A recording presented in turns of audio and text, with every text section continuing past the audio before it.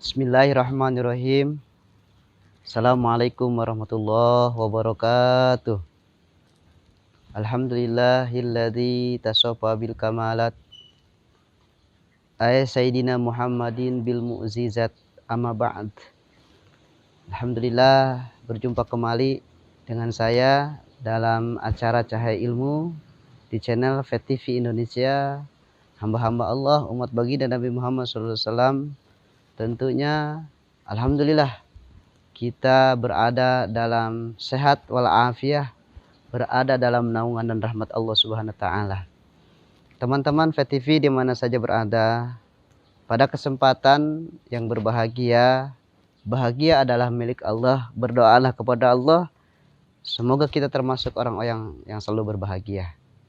Kesehatan adalah milik Allah, mintalah kesehatan kepada Allah. Insya Allah kita dianugerahkan kesehatan. Taufik dan hidayah adalah milik Allah. Mintalah kepada Allah taufik dan hidayah. Insya Allah kita akan dianugerahkan taufik dan hidayah. Puji dan syukur kehadirat Allah Subhanahu wa taala. Salat dan salam semoga selalu terlimpah kepada baginda alam Habibana wa Nabiyana Muhammad sallallahu alaihi wasallam dan para sahabatnya, para pengikutnya hingga akhir zaman. Hamba-hamba Allah yang dirahmati Allah Subhanahu wa taala.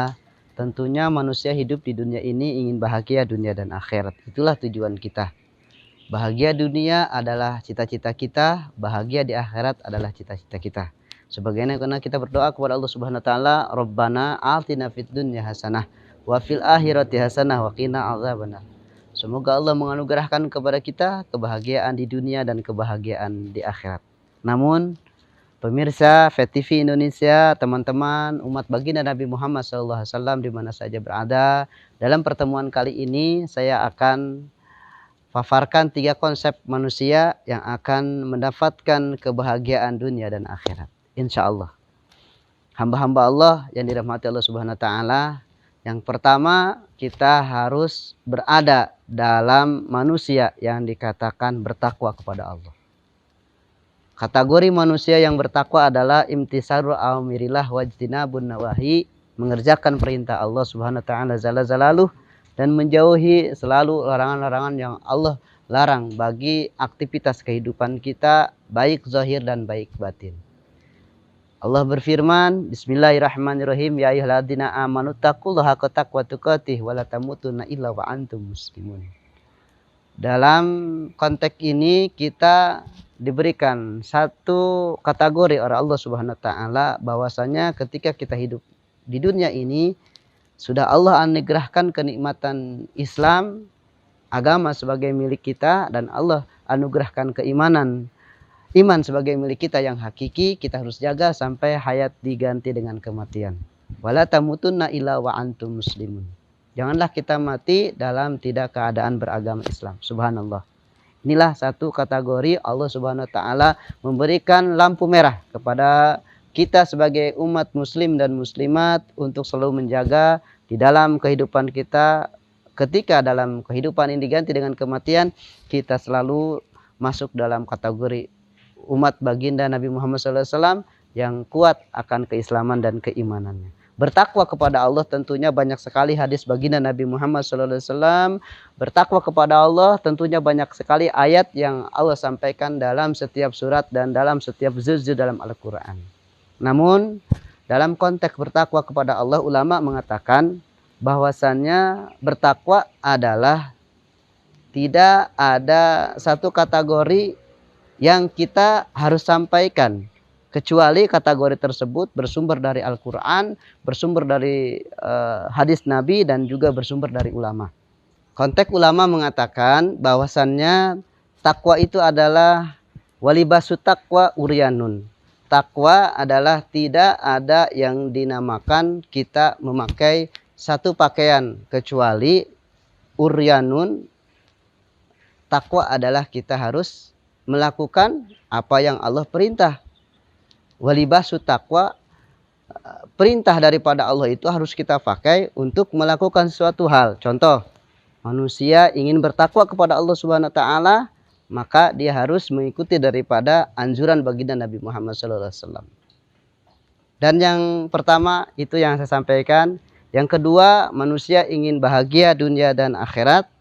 adalah manusia tersebut harus tawakal dari setiap musibah atau dari setiap kejadian dalam kehidupannya.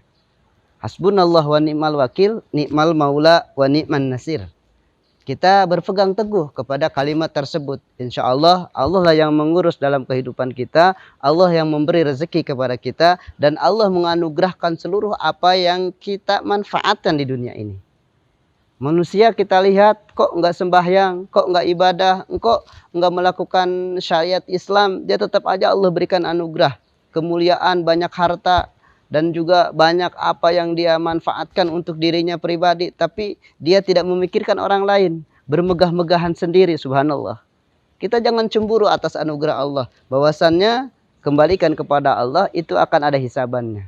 Tawakal kepada Allah, walaupun dalam kehidupan kita di dunia ini serba kekurangan. Mau makan pun kita nggak punya beras umpama. Mau jajan pun kita nggak punya duit. Rumah pun ngontrak.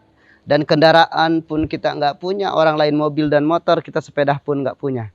Tetapi kalau kita ingin mendapatkan kebahagiaan dunia dan akhirat, maka harus tawakal kepada Allah Subhanahu wa taala. Insya Allah kita akan mendapatkan kebahagiaan dunia dan akhirat. Yang ketiga adalah tasyakur. Tasyakur adalah satu metode yang diberikan oleh Allah Subhanahu wa taala khusus kepada hamba-hamba Allah yang ingin masuk ke dalam kategori abdan syakuron. Hamba-hamba Allah yang bersyukur atas nikmat zahiriyah dan nikmat batiniyah. Bersyukur kepada Allah, maka Allah akan tambahkan daripada sesuatu hal yang kita syukuri. Contoh, kita mendapatkan rezeki hari ini 100.000, kita bersyukur kepada Allah. Terus kita melakukan perintah Allah. Bukan cuma alhamdulillah saya dapat uang 100.000 hari ini. Insya Allah besok saya pengen dapat 200, 300, 400 bahkan miliaran. Dan kita bersyukurnya bahwasanya hanya bersyukur nikmat yang diberikan harta saja.